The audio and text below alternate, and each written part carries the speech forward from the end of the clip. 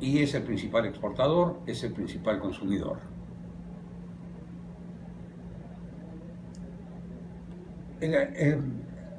Ha tenido muchos problemas este año para poder sembrar. La siembra en Estados Unidos está atrasadísima. A los últimos datos que tenemos del 20 de mayo, la siembra había alcanzado el 49% de la superficie prevista, de alrededor de 37 millones de hectáreas, cuando lo normal para esas semanas es que esté tocando el 80%. Entonces el resultado es que entre maíz y soya, que se siembran prácticamente al mismo tiempo, están faltando sembrar 47 millones de hectáreas. Por más rapidez que se tenga para sembrar y capacidad de los farmers americanos, no van a poder llegar a tiempo para poder tener toda la siembra antes del 10 de junio, que sería la siembra límite. Así que podemos estar esperando que Estados Unidos tenga un déficit entre 20 y 30 millones de toneladas. ¿Esto qué importancia tiene? Los últimos estudios de USDA daban que la producción mundial iba a ser de 1.133 millones de toneladas y el consumo 1.145. Si faltan 30 o 40 millones de toneladas, el déficit va a ser más grande e indudablemente los precios despacito o fuerte van a subir.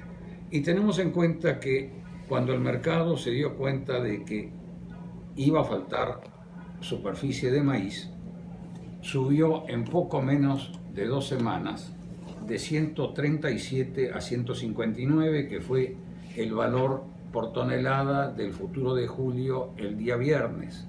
Pero hoy abrió la suba y en este momento está en 164,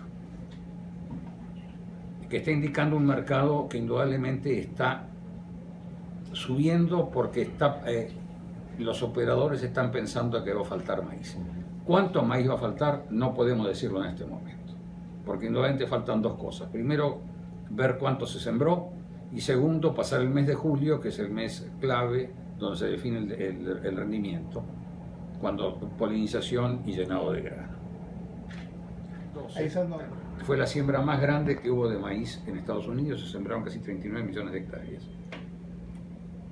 Se sembró a tiempo, nació a tiempo, las condiciones de desarrollo de los cultivos venían sensacionales y a fin de junio, principios de julio dejó de llover, empezó a hacer muchísimo calor y se perdieron 80 millones de toneladas. Y el maíz subió a $300 la tonelada aproximadamente. No digo que este año suba a $300, pero sí podemos esperar que posiblemente suba más. Esta tarde el USDA va a dar el informe semanal de avance de siembra y eso va a servir a clarificar. Pero hasta después de las 4 de la tarde no podemos saber qué es lo que puede pasar, qué es lo que pasó esta semana. De cualquier manera llovió en gran parte de la región productora y podemos esperar que el avance no ha sido tan bueno. Situaciones distintas. Sí. Hay que tomar en cuenta el mercado internacional está subiendo y el mercado nacional, acá el señor presidente de CADES ha dicho la situación puntual de Sinaloa en este momento. ¿Qué tasas estiman? Pero tenemos que tener en cuenta que lo que estoy hablando es de maíz amarillo. El maíz blanco en el mundo, a lo sumo, son 60 millones de toneladas de 1.133 que se producen. Y de esos 60 millones, prácticamente 25 se producen en México. Así que prácticamente el mercado del maíz blanco está mandado por lo que pasa en México más que en otras partes. O sea que son 25 millones de maíz blanco prácticamente se producen, pero el consumo de maíz supera los 40 millones. Entonces toda la importación, prácticamente toda la importación que se hace es de maíz amarillo para consumo pecuario. Y eso es lo que está fijando de alguna manera el precio total del maíz en México.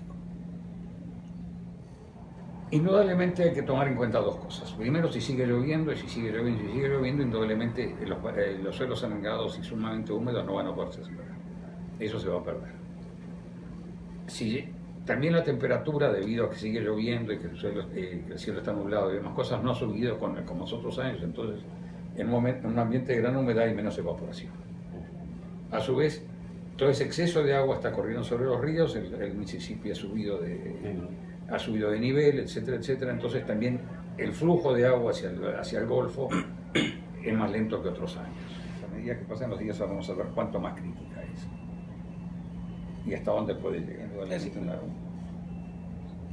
¿Va a faltar maíz? ¿Cuánto maíz va a faltar? Esa medida que pasen los días vamos a seguir sabiendo. Y no solo vamos a seguir sabiendo, vamos a saber lo que se sembró, pero no sabemos lo que va a madurar en función del maíz. Voy a hablar a título personal y no... Haría falta una norma mexicana de definición de calidad de maíz en el cual se defina claramente cuáles son las características de un maíz grado 1 de México, que indudablemente tendría que tener muchas de las características que tiene el maíz de Sinaloa por la forma que se produce, que no tiene secado, que tiene secado natural y no secado artificial, las temperaturas, el riego, no tiene problemas de pérdida de calidad por lluvias a la época de cosecha. Indudablemente eso le da una serie de cualidades que se deberían plasmar en una norma mexicana, que entonces automáticamente la norma daría una bonificación. Eso es en principio es un pensamiento nada más.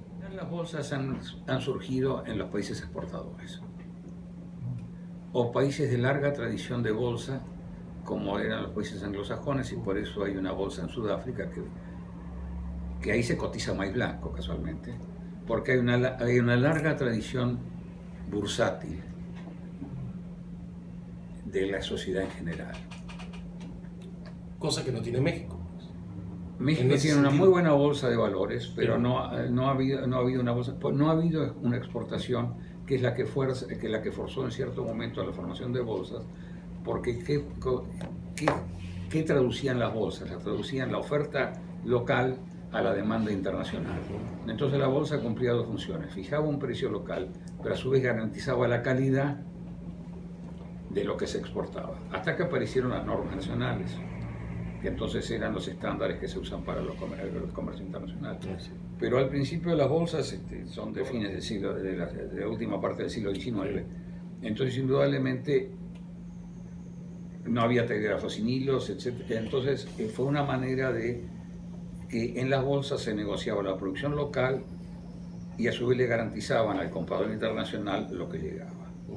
Y por eso surgieron las grandes casas comerciantes de granos como Bunge y Cargill y Continental y Dreyfus, de las que me acuerdo.